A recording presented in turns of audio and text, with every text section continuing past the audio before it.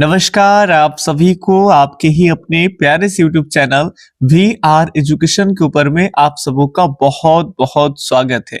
और आशा और उम्मीद करता हूं कि आप सब एकदम स्वस्थ होंगे, मस्त होंगे और आप अपनी तैयारी में एकदम व्यस्त होंगे। तो चलिए, जिन जिन विद्यार्थियों का भूगोल यानी ज्योग्राफी है उनको घबराने की कोई जरूरत नहीं है। हम आपके लिए टॉप 10 वाला वीडियो सीरीज जो है वो कंटिन्यू इस चैनल के ऊपर में डाल रहे हैं और लिस्ट भी बना दिया गया है। और आज भूगोल के एक बहुत ही महत्वपूर्ण आपका चैप्टर कहिए, जिस चैप्टर का नाम है भू संसाधन तथा कृषि। और ये ऐसा चैप्टर है आपका कि प्रत्येक वर्ष इस चैप्टर से भू संसाधन तथा कृषि से आपके प्रश्न बोर्ड परीक्षा में पूछे जाते ही जाते हैं। तो चलिए, इसके बहुत ही महत्वपूर्ण प्रश्नों को आज हम लोग फटाफट से 10 महत्वपूर्ण प्रश्नों को देखेंगे। और आज ये रहा आपके सामने पहला प्रश्न। सिंचित क्षेत्रों में मृदा निम्नीकरण का मुख्य कारण क्या है? मृदा निम्नीकरण जिसे लैंड डिग्रेडेशन कहते हैं, इसका एक मुख्य कारण बताइएगा आप लोग। वायु अपरदन या फिर आपका अवनलिक अपरदन, सिल्ट का जमाव होना या फिर आपका मृदा लवणता। फटाफट से आप सोचिए कि इसमें से एक कौन ऑप्शन सही है भूमि निम्नीकरण के मुख्य कारण का।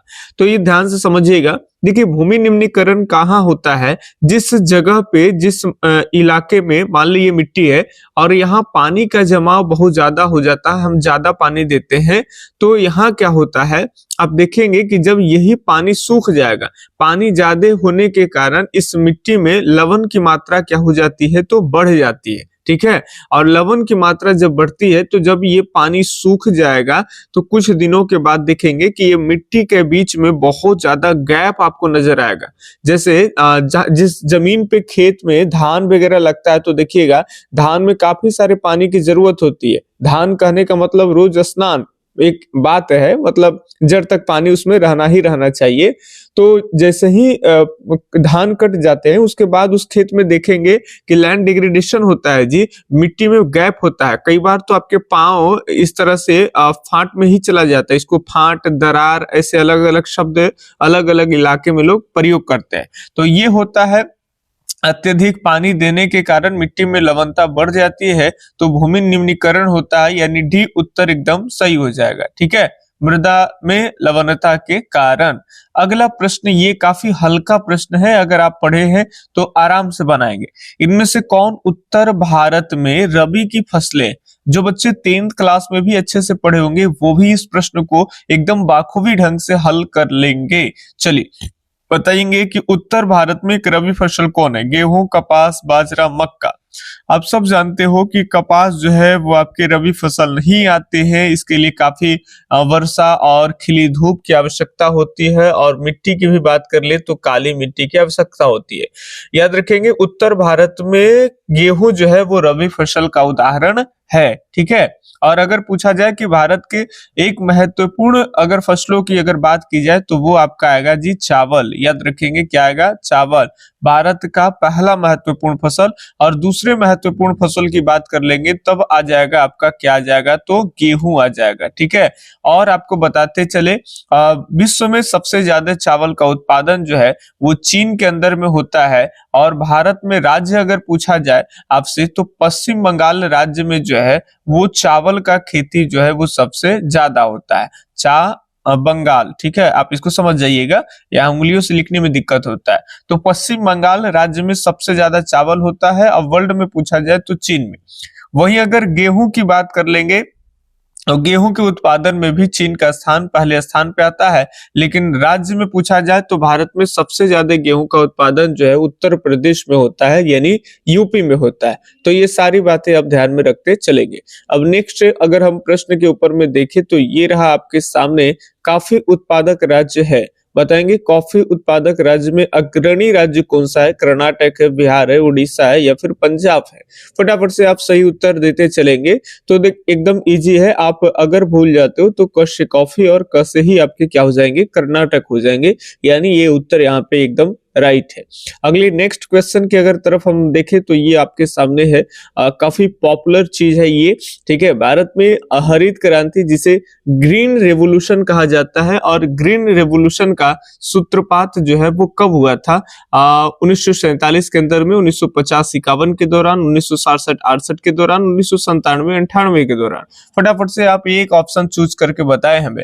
देखिए अगर एग्जैक्ट अगर हम बात कर लेंगे तो ये हुआ था आपका 1966 और 67 के दौरान। याद रखेंगे 1966 और 67 के दौरान जब मैक्सिको से गेहूं का बीज लाया गया था, और फिलीपींस, नाम सुने होंगे आप लोग, फिलीपींस एक कंट्री है, और फिलीपींस के अंदर में एक जगह है जिसको कहते हैं मनीला, ठीक है।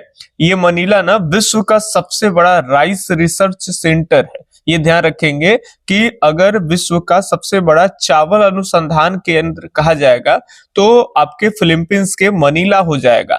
तो यहीं से जो है वो चावल के बीज भारत में लाए गए थे। और मैक्सिको एक देश है जहां हम लोगों से पहले ही हरित क्रांति को सफल कराया गया था जी, मैक्सिको, ठीक है। और विश्व में हरित क्रांति के अगर आपके जनक कहे जाएंगे तो नॉर्मन बोरलुग हो जाएंगे। और भारत में तो आप जानते होंगे एम एस स्वामीनाथन। और एम एस स्वामीनाथन जिनका जन्म जो है वो तमिलनाडु में 1925 में हुआ था, और हाल में ही जो है वो एम एस स्वामीनाथन का निधन हो गया है, ठीक है। तो एम एस स्वामीनाथन का निधन हो गया है। उनका जन्म हुआ था 1925 ईस्वी में, तमिलनाडु के थे, और वो भारत में हरित क्रांति के जनक कहे जाते हैं। वही दुनिया की बात की जाए तो नॉर्मन बोरलुग जो है वो दुनिया में हरित क्रांति के जनक है। भारत से पहले हरित क्रांति सफल हुआ था मैक्सिको में। तो मैक्सिको जो कि मध्य एशिया का एक देश है, ठीक है। तो मैक्सिको से जो है हमारे यहाँ गेहूं का बीज आया था, फिलीपींस से चावल आए थे, ठीक है।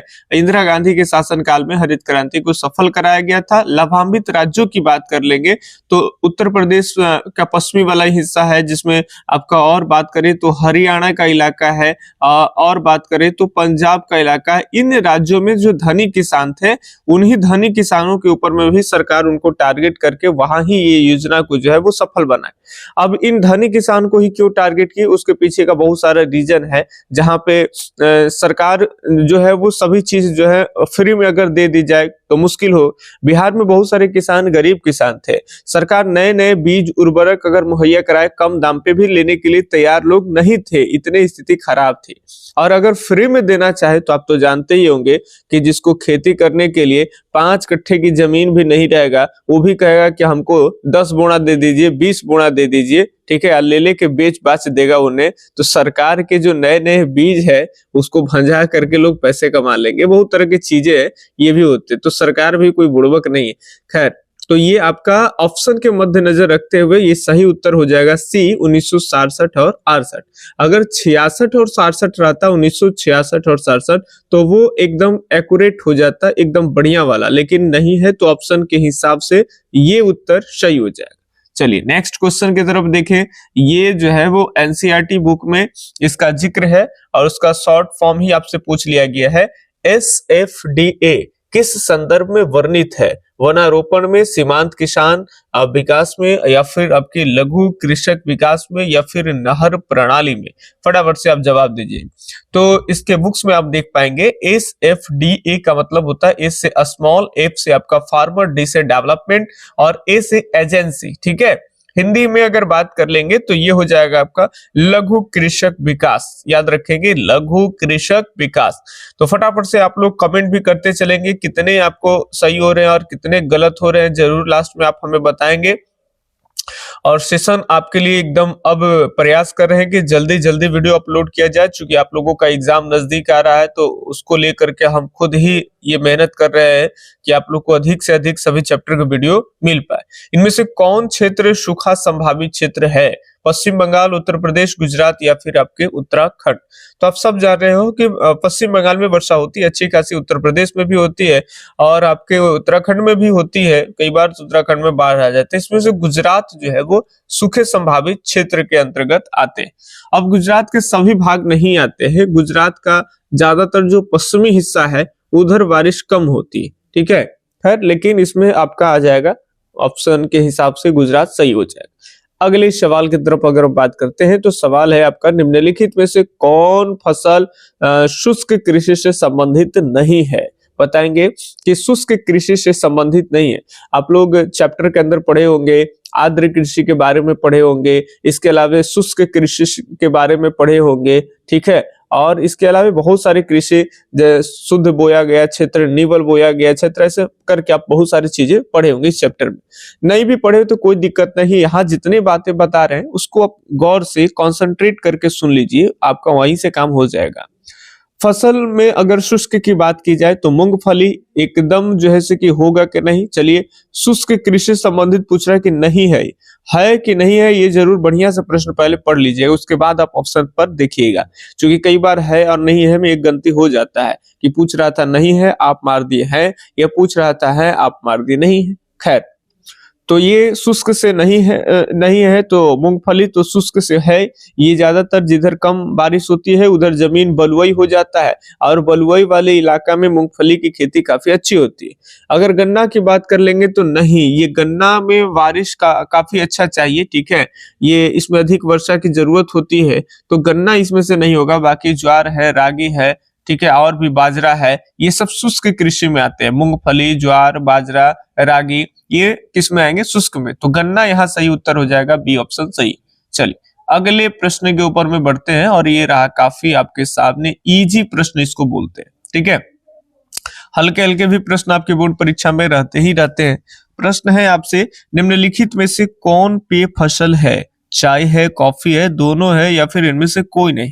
तो अगर पेय फसल का मतलब हो गया पीने वाला फसल, तो इसमें से आप सब जानते हो कि चाय भी हम पीते हैं और कॉफी भी, तो ये आपके दोनों हो जाएंगे, ए और बी दोनों। चलिए दो ही प्रश्न और फटाफट से बच रहा है, तो पूरा का पूरा हम लोग देख पाएंगे। हॉर्टिकल्चर संबंधित है, बताएंगे फूलों से, दाल से, अन्न से, फल तथा सब्जी या फल एवं सब्जी दोनों से। हॉर्टिकल्चर किससे संबंधित है? एक होता है हॉर्टिकल्चर और एक होता है आपके विटीकल्चर। आप जानते ही होंगे विटी कल्चर, ठीक है। तो विटीकल्चर जो है वो अंगूर के उत्पादन से है, ये ध्यान रखेंगे। अंगूर के उत्पादन से विज्ञान में एक शाखा आती है जिसको हम कहते हैं विटीकल्चर। और इसी तरह से फल और सब्जी के उत्पादन ही नहीं बल्कि उत्पादन से लेकर करके मार्केटिंग तक, याद रखेंगे कहां तक? मार्केटिंग तक की बात जो आती है वो आपके हॉर्टिकल्चर में आती है। तो ये यहाँ पे डी उत्तर सही हो जाएगा। चलिए आज के सेशन का लास्ट प्रश्न ये रहा आपके सामने, खरीफ फसल की कृषि ऋतु क्या है? खरीफ फसल आप जानते ही होंगे, ठीक है, और इसके ऋतु के बारे में एक टाइम पीरियड बताइए। अक्टूबर से मार्च, या फिर अप्रैल से जून, सितंबर से जनवरी, जून से सितंबर। अब अक्टूबर से बात कर लेंगे मार्च तक, तो ये लगभग जो है वो रबी फसल का हो जाता है। अक्टूबर नवंबर में धान की कटाई होती है, और वहां पे जो है वो दलहन, तिलहन, दलहन का मतलब है आपका मसूर है, चना है, तिलहन का मतलब राई, सरसों, इस तरह की चीजें। तो दलहन, तिलहन, आलू, मिर्च, टमाटर, इस सब चीजों की खेती होती है, तो ये रबी में आता है। अप्रैल से अगर जून की बात कर लेंगे तो ये कम समय में जायद फसल लोग लगाते हैं, ठीक है। जायद फसल आप जानते हो, इसमें तरबूज, खरबूज, पानी वाले टाइप की चीजें जो गर्मी में अधिक गर्मी लगे तो जिसको खाने के बाद थोड़ा सा ठंडक जैसा लगे, और प्यास भी जो है थोड़ा सा वो भी मिट जाए, ठीक है। जनवरी से लेकर करके सितंबर से लेकर करके और जनवरी ये भी नहीं होगा तो क्या होगा भाई? तो जून से लेकर के सितंबर, ये डी उत्तर एकदम आपके राइट है। जून में हमारे यहाँ आप जानते होंगे कि 1 जून में केरल के तट पे बारिश होता है, और वही केरल से उत्तर भारत आते आते जो है वो आपके लगभग 15 दिन आप मान लीजिए, मान लिया केरल से आए तो उत्तर भारत में, तो मध्य जून से लगभग उत्तर भारत में वर्षा शुरू हो जाती है। मध्य जून यानी 15 जून, ठीक है। तो आप लगभग मान लीजिए कि बारिश आने के टाइम पे कई लोग अगर जिस इलाका में समय हो गया है और बारिश ना भी आते हैं तो लोग अपना नलकूप से, नहर से जो भी पानी होते हैं उपलब्ध, उनसे वो अपना अटवन पटवन करके, क्या बोलते हैं वो, मोरी वोरी सब दे लेते हैं धान के लिए, ठीक है। और फिर अगले वर्षा आती है, सारी उनकी बुआई अच्छी तरीके से हो जाती है। तो एक लगभग माने तो जून से सितंबर ये वो टाइम है कि जिस समय हम खरीफ फसल लगाते हैं और काट भी लेते हैं। जून जुलाई में लगता है और सितंबर अक्टूबर में लगभग कटाई होती है। तो डी उत्तर यहाँ पे सही है। चलिए कमेंट करके जरूर आप हमें बताएंगे कि सीरीज आपके लिए कैसा लग रहा है, इससे लाभ आपको मिल पा ही रहा होगा। जैसा कि पूरे चैप्टर का एनालिसिस करके ऑब्जेक्टिव में आपको सारी चीजें बताने का भी हम प्रयास करते हैं, ताकि अगर आप चैप्टर अच्छे से नहीं पढ़ पाए हैं तो कोई बात नहीं, आपके लिए केवल हमारे वॉइस को सुन कर करके आराम आराम से चैप्टर को पूरा का पूरा एक आराम से उसका ये कर सकते हैं रिवीजन के तौर पे। बाकी वो बच्चे जो पहले से कभी नहीं पढ़े, साल भर कहीं नहीं पढ़े, लास्ट में आप लगे हुए हैं और आपके पास स्टडी मटेरियल नहीं है, क्या पढ़े नहीं पढ़े, आप जिधर तिधर गेस खरीद लेते हैं और गेस में कई ऐसे चीजें हैं, खराब नहीं है, चीजें अच्छे हैं, लेकिन उसमें मिस प्रिंट बहुत ज्यादा होता है, आंसर बहुत ज्यादा गलत होता है, चाहे आप किसी भी पब्लिकेशन का गेस ले लीजिए। तो वो बच्चे हम जैसे टीचर के गाइडलाइन में आप हमसे मटेरियल ले सकते हैं, ठीक है। आपको एक सब्जेक्ट मात्र 51 रुपया में मिल जाएगा और आप आर्ट्स के सभी सब्जेक्ट लीजिएगा तो 149 रुपया में आपके सभी सब्जेक्ट का नीट एंड क्लीन जो है सब्जेक्टिव और ऑब्जेक्टिव का पीडीएफ आपको दिया जाएगा, वो भी वीवीआई वाले एकदम इंपॉर्टेंट वाले, ठीक है, ताकि कम समय में उसको आराम से आप पढ़ सके। तो उसको लेने के लिए आप मेरा व्हाट्सएप नंबर या कॉल नंबर लिख लीजिए 88 और 25 और 376551। इस पर आप कांटेक्ट करके आप जल्द अपने पास पीडीएफ को ले लेंगे और प्रिंट आउट करा करके नोट्स के रूप में एकदम आ जाएगा और उसी से जल्दी जल्दी एक एक चैप्टर, दो चैप्टर डेली करेंगे, खूब बढ़िया से आपका एक महीने के अंदर अच्छी तैयारी हो जाएगी। बाकी और विशेष गाइड की जरूरत होगी तो जब आप लेंगे तो वहां बात कर लेंगे। पीडीएफ वगैरह ये सब लेने के बाद भी हम आपको गाइड कर देंगे, किसी भी चीजों की आपको जरूरत होगा उसमें हम आपको हेल्प करने की पूरी कोशिश करेंगे। बाकी हम मिलते हैं आपसे किसी अगले वीडियो सीरीज में, तब तक के लिए धन्यवाद। जय हिंद, अल्लाह हाफिज, आपका दिन शुभ हो, राधे राधे।